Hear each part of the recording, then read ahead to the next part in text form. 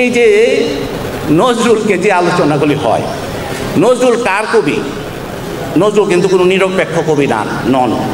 তিনি চিত্ত বিনোদনের জন্যে, শুধু মনোরঞ্জনের জন্যে উনি লিখেননি। আমাকে যদি বলেন তিনি শুধু কলমের কালি দিয়ে লিখেননি, তিনি লিখেছেন রক্ত এবং ঘাম দিয়ে। সাধারণ যে মানুষ, আম জনতা, খেটে খাওয়া যে মানুষ, যাদের শ্রমে, যাদের পরিশ্রমে, যাদের চেষ্টায় আমাদের এই জীবন সুন্দর হয়েছে, তাদের কথা কিন্তু বড় বড় কবি সাহিত্যিকদের অনেকের লেখাতে এতটা স্পষ্টভাবে আসে নাই যতটা আসা উচিত ছিল। নজরুল এটা কষ্ট পেয়েছেন। নজরুলকে বেদনার সঙ্গে নজরুল খেয়াল করলেন। নজরুল বলছেন, রবির কিরণ ছড়িয়ে পড়ে, রবির কিরণ ছড়িয়ে পড়ে, দিক হচ্ছে আজ দিগন্তরে, সে কর শুধু পোষল না মা অন্ধকার আর বন্ধ ঘরে।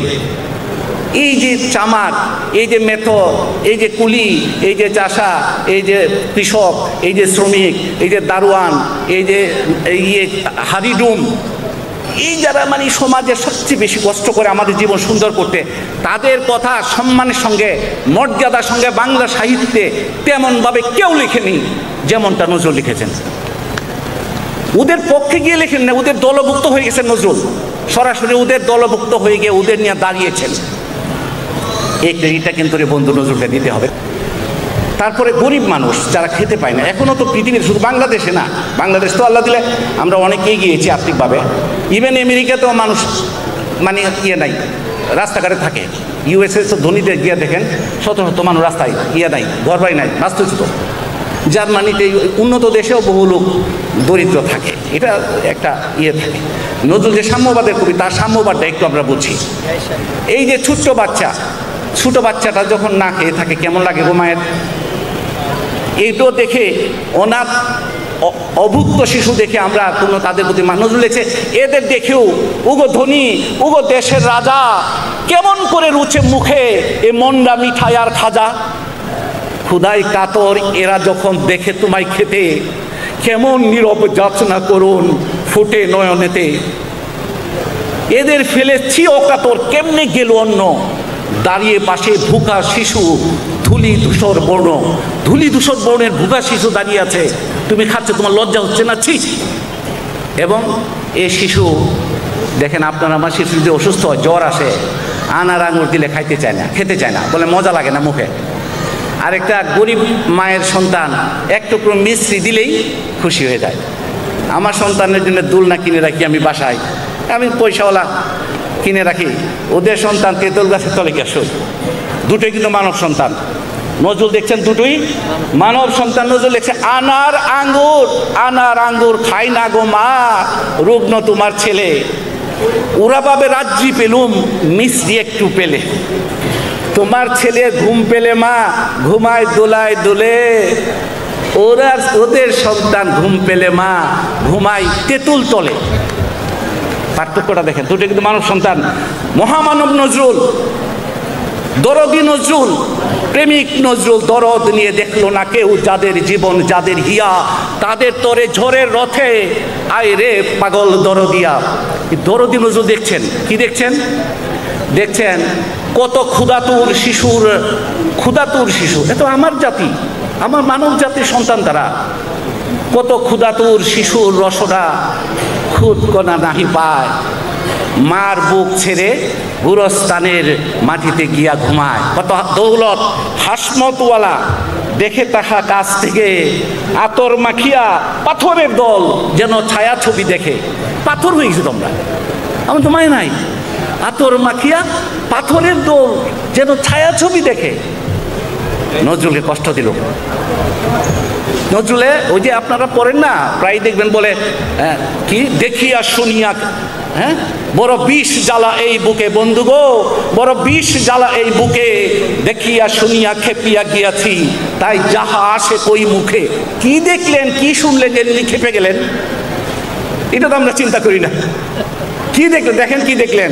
উনি দেখলেন নগ্ন নুট, কাপড় নাই যার, বস্ত্রহীন, নগ্ন ক্ষুদিত ছেলে মেয়ে কাঁদিয়া মায়ের প্রাণ।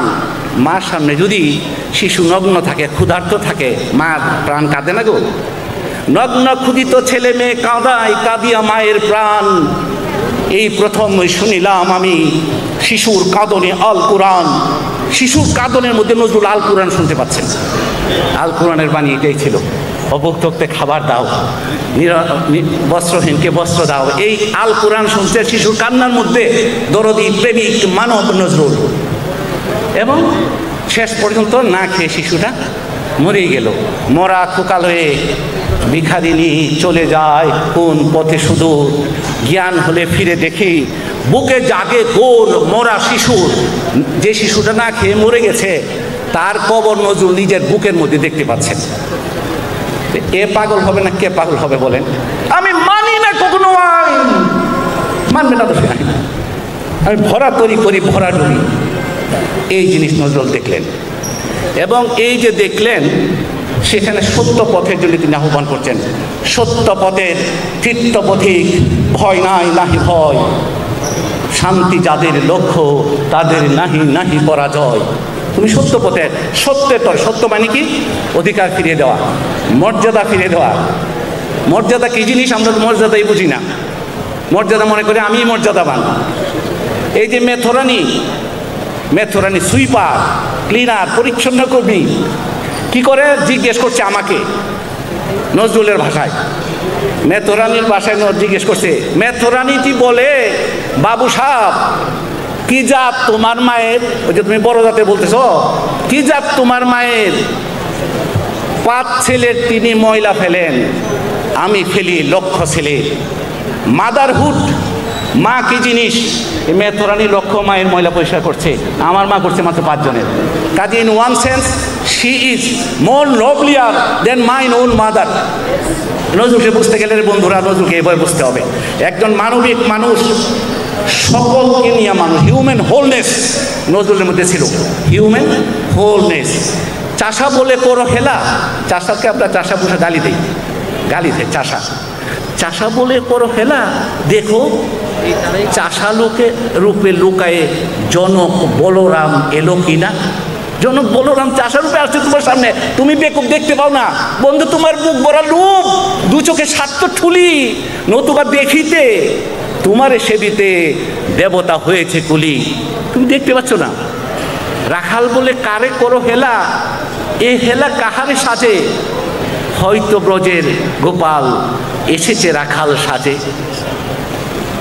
যত নবী ছিলেন মেষের রাখাল, তারাই আনিল হাল, তারাই আনিল অমর গ্রন্থ, যা আছে রবে চিরকাল। কাজেই এই যে মানুষকে মানুষ হিসেবে দেখতে হবে, পেশা দিয়া মর্যাদা না, মানুষের মনুষ্যত্ব দিয়া মানুষের মর্যাদা। সেই মনুষ্যত্ব শব্দটাকে আমরা ভালো করে বুঝতে শিখি নাই।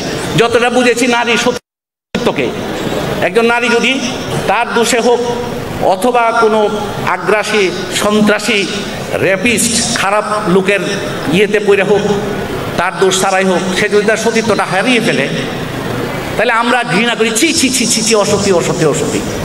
কিন্তু নজরুল বলতে যাচ্ছেন একজন নারীর জন্য সতীত্ব যত মর্যাদাবান, একজন মানুষের জন্য মনুষ্যত্ব ঠিক সমান মর্যাদাবান।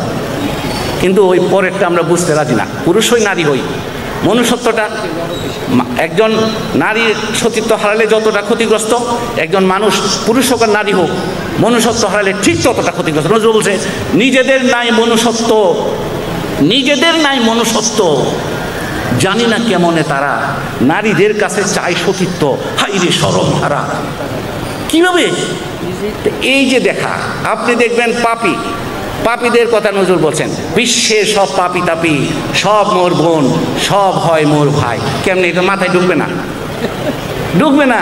তিনি বলছেন সত্যবাক হওয়া বেশি কিছু না। সত্য কথা বললে সত্যবাক, কিন্তু সত্যবান হওয়া অনেক কঠিন। আমরা কিন্তু পার্থক্য বুঝি না। সত্যবাক যে সত্য কথা বলে সেই সত্যবাক, কিন্তু সত্যবান হওয়া অনেক কঠিন। নজরুল বলছেন সত্যবাক হওয়া বেশি কিছু নয়, কজন সত্যবান, কজন সত্যবাদী দিয়াছে সত্যের তরে প্রাণ। অনেক বড় প্রশ্ন। এবং এখানে চোর ডাকাতের কথা আসছে। পাপীকে যে ঘৃণা করবেন আপনি, এই পাপটা তো একটা ধুলাবালির মতো। পাপ আমার আছে, এখন এক সময় আমি যদি তওবা করি, এই জিনিস আর না করি, লজ্জা পেয়ে সরে আসি, ধুলার মতো পাপ সরে যাবে, আমি পাপ মুক্ত।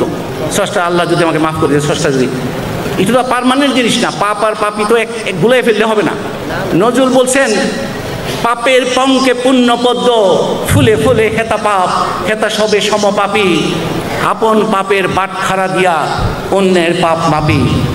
পাপি নও যদি কেনই ভরং ট্রেডমার্কার ধুম, পুলিশি পোশাক করিয়া হয়েছ চোরের আসামি গুম। এবং সেই জন্যে এই যে পাপি তাপি, এই দিবেন বারাঙ্গনা, আমি অত ডিটেল যাব না, বারাঙ্গনা কবিতাটা আপনারা জানেন। নাই হলে সতী তবু তো তোমরা মাতা ভগিনীরই জাত। শেষ তিনি বলছিলেন, অসৎ পিতার অসৎ মাতার পুত্র যদি জারজ পুত্র হয়, অসৎ পিতার সন্তানও তবে জারজ সুনিশ্চয়। 2 লাইন ব্যাখ্যা করে সময় লাগবে। তো এইভাবে নজরুল সাম্যবাদীর কথা বলছেন। এই যে চোখ ফেটে এলো জল, কুলি বলে এক বাবু সাপ ঠেলে দিল নিচে ফেলে, কুলিকে ঠেলে দিল।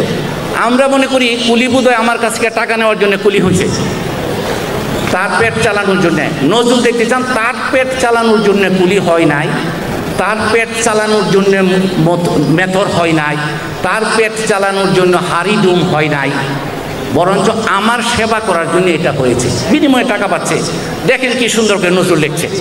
বলছে, জগতের ধুলি নিজ গায়ে মাখি, নির্মলা রাখো ধরণী, সকলের বোঝা বহিবার তরে, কুলে মুটে হলে আপনি।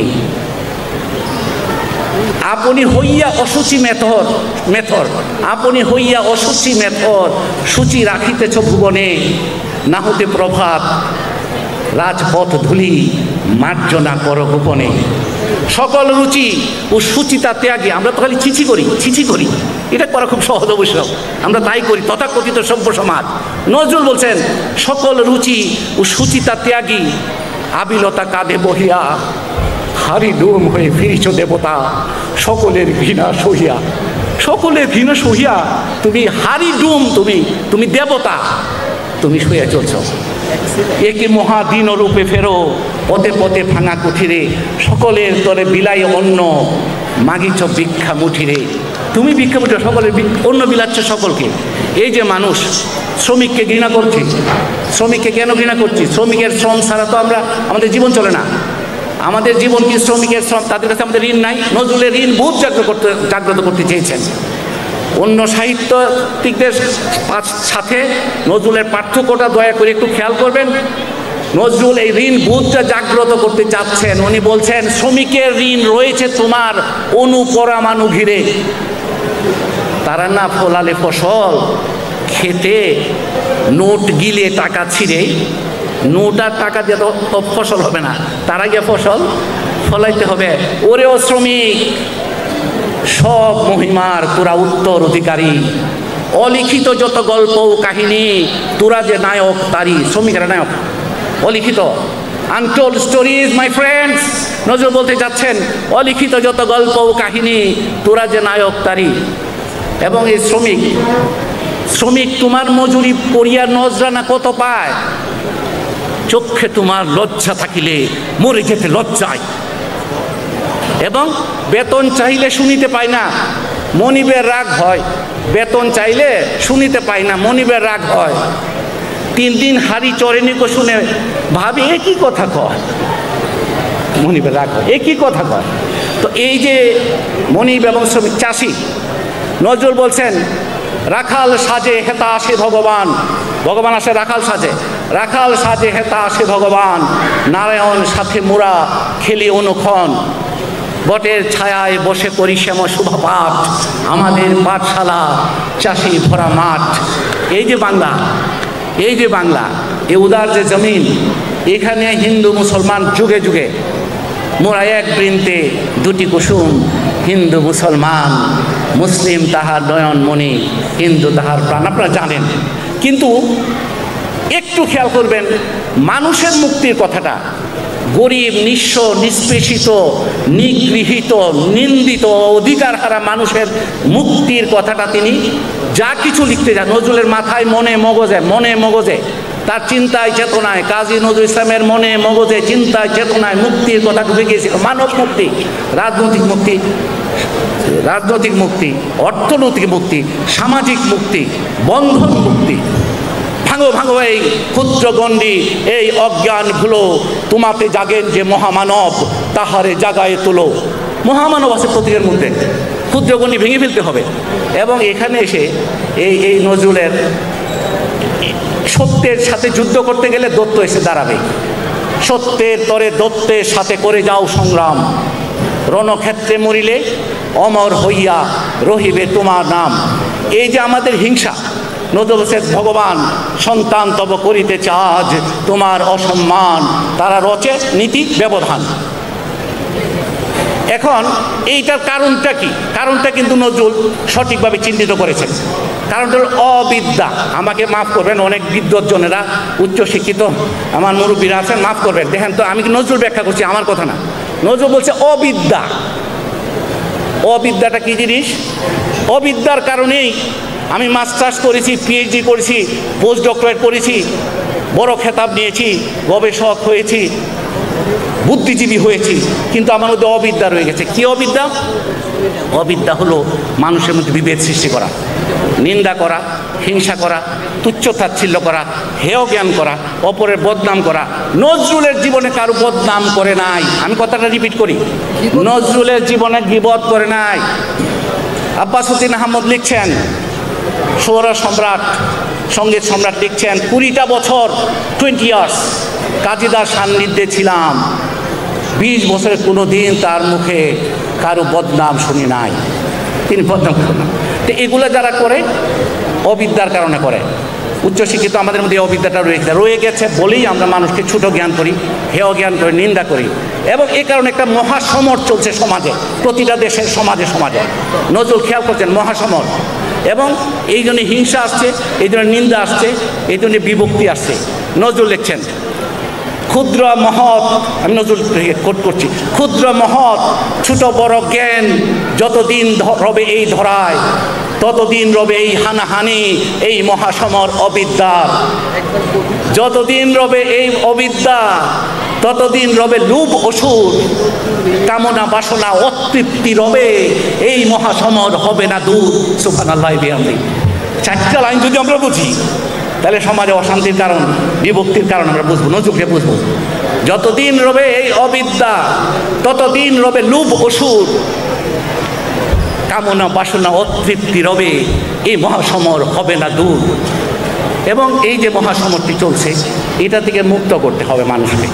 মুক্ত করতে হলে কী হবে?